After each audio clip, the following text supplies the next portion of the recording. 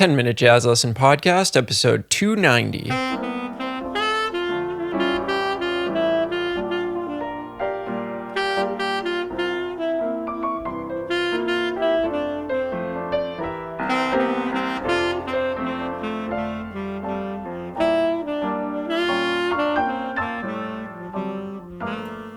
Hey everybody, welcome back to episode 290 of the 10-Minute Jazz Lesson Podcast. Hope you're all doing really well out there, and thank you so much for joining us yet again.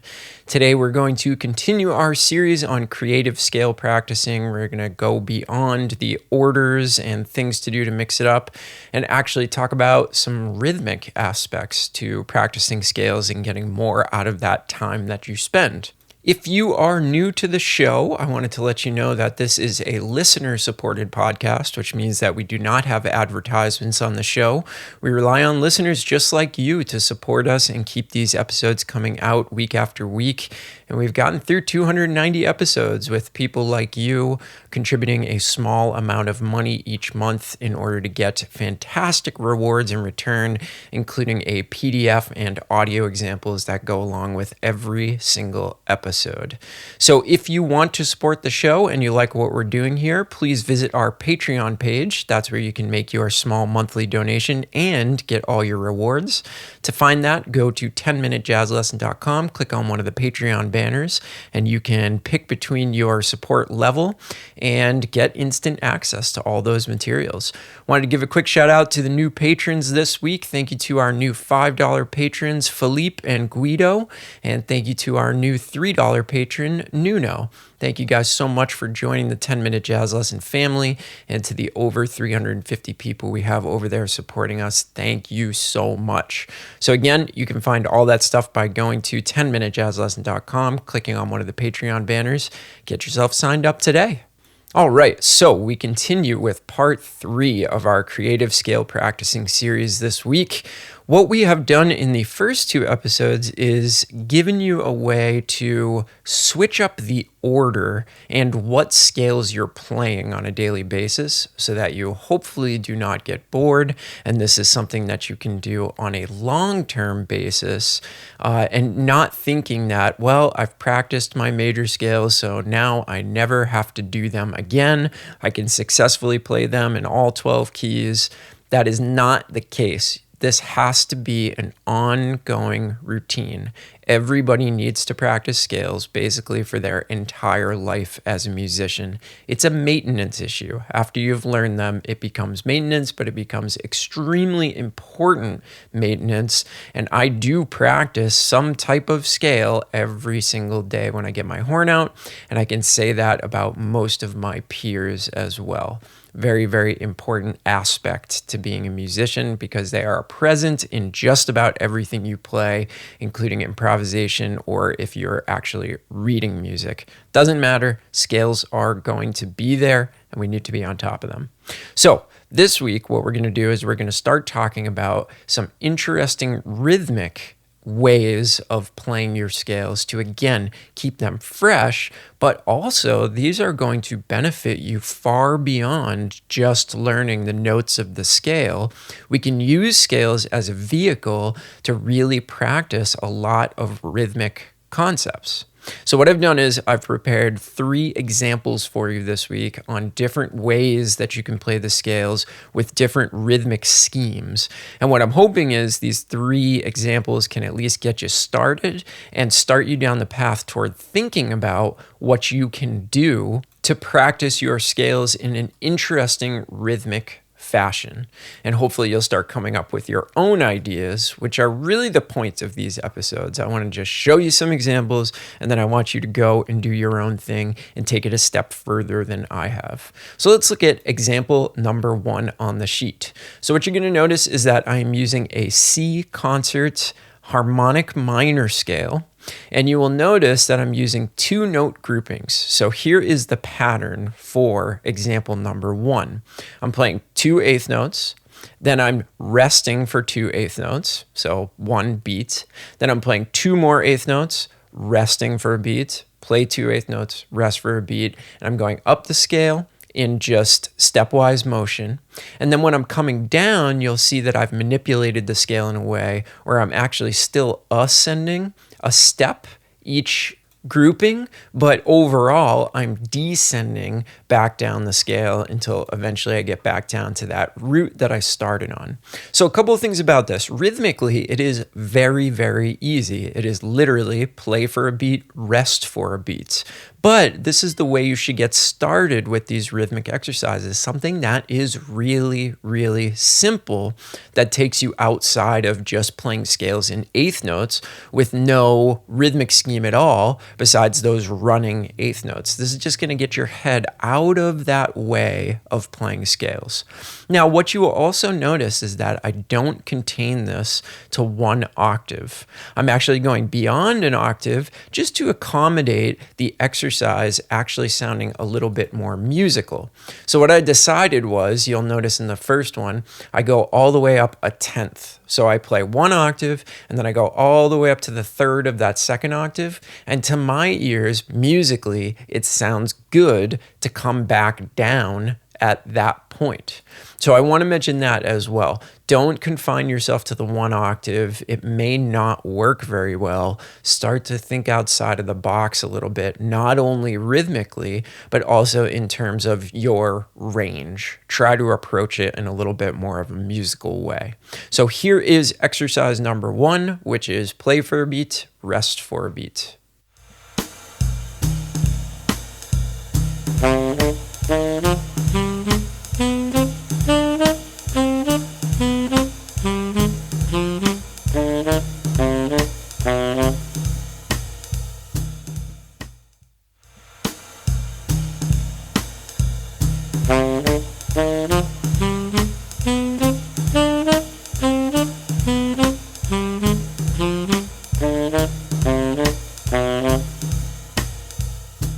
So you can hear that's a pretty simple exercise, right? But I think it accomplishes its job, which is starting to make you think about scales in a different rhythmic fashion. Now, you will also notice that I'm using just a plain old swing drum backing track. I think that this is where apps like Drum Genius or going on YouTube and finding a drum backing track can come in really, really handy, because it's a little bit more of a real life situation than it would be just playing with a metronome. And it's also just more fun to play along with a live instrument. So I believe I found that one on YouTube, and there are tons of stuff like that out there. So I suggest doing that. It can make it a little bit more fun and keep you more engaged. All right, so let's go on to example number 2. So in this one, I am complicating things a little bit, but it is still going to work out where every entrance is on the beat.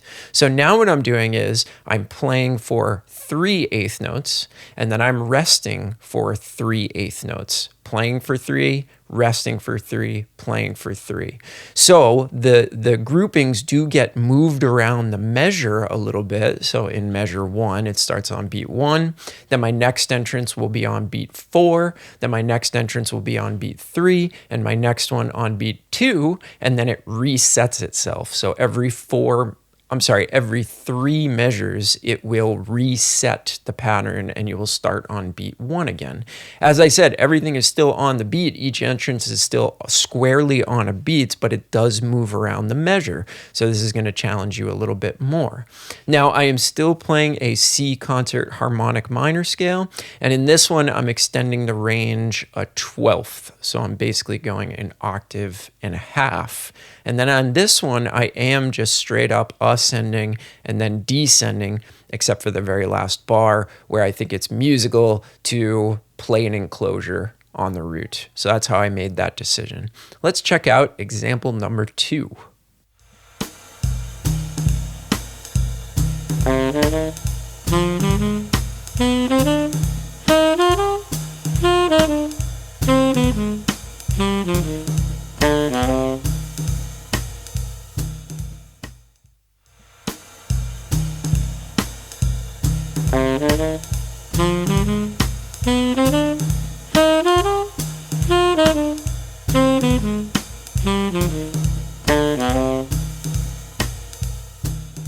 All right, so you can hear that that one is a little bit more complicated, but still not really that hard to grasp and not really that hard to play. Now, in example number 3, I have gone a little bit more complicated just to show you what's possible. So what I'm doing in this is I'm playing 5 eighth notes and then I'm resting for a beat. And that pattern continues.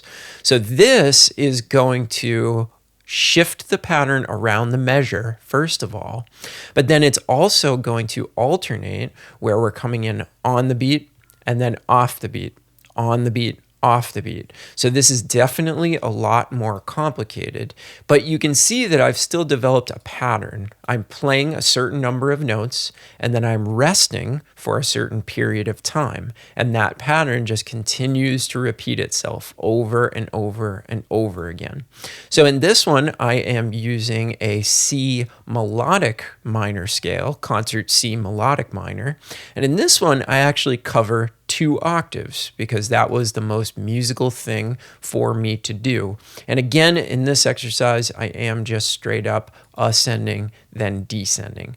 So here's a pattern of 5 eighth notes followed by a beat of rest. And this one will be a little bit harder to play along with and a little bit harder to conceive of.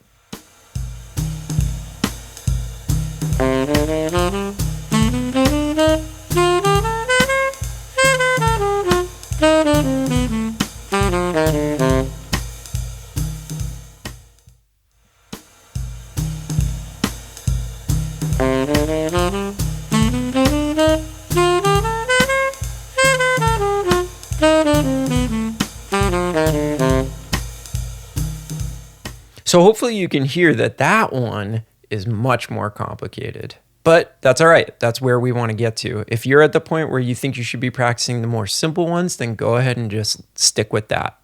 So here's what you can do to come up with your own exercises. Just pick a quality of scale, pick a certain number of eighth notes that you want to play, and then pick a rest value and simply play the number of eighth notes, then play the rest and decide on the most musical way to approach playing a scale using that repeating pattern. If you're somebody that just plays scales up and down in eighth notes, this is really going to challenge your conception of that. And you'll realize that that is not necessarily the best way to practice scales after you've gotten past a basic level. After you can make it through your scales, you should probably do something different. And here's the thing, after a couple decades of being a music teacher and a jazz teacher, the thing I know is that most of you won't do this because it's harder than just playing the scales up and down. But I am here to tell you this is where all the benefit is once you've taken care of playing that straight up and down. Yes, it is harder to come up with these exercises. Yes, it takes a lot more concentration to actually pull these off in a bunch of different keys, but this is where the payoff is. So don't be one of those people that listens to this and goes, oh yeah, that's cool, and then never does it in the practice room. Don't be one of those people. You will not see any of the benefits from doing this if you do not actually sit down and come up with your own exercises. In fact, I want to challenge you to come up with a couple of your own exercises and post them in the 10-Minute Jazz Lesson Community Facebook group. I would love to see what you came up with. Make a little audio recording or video of yourself, post it there, and we will see that you're actually doing the work instead of just learning the idea and then never actually putting it into practice. That's the number one way to stay where you are as an improviser, is to take an idea like this and not do anything about it. So please post that stuff. And remember, if you want to get the actual examples so you can play along, see what they sound like before you come up with your own, you can do that by going to our website, 10minutejazzlesson.com, clicking on one of the Patreon banners, get yourself signed up today, and you get this episode and every single other episode that we've ever done in the form of a PDF. So tons of stuff to work on over there. All right. So let me know that you're working on this stuff. That is my one wish, is to see you all practicing this material. All right. Hope everybody's doing well out there, staying safe and healthy as always. Have a great weekend, and we will see you next week, and we'll put the finishing touches on our series here. All right. We'll talk to you all soon. Have a good one. Bye.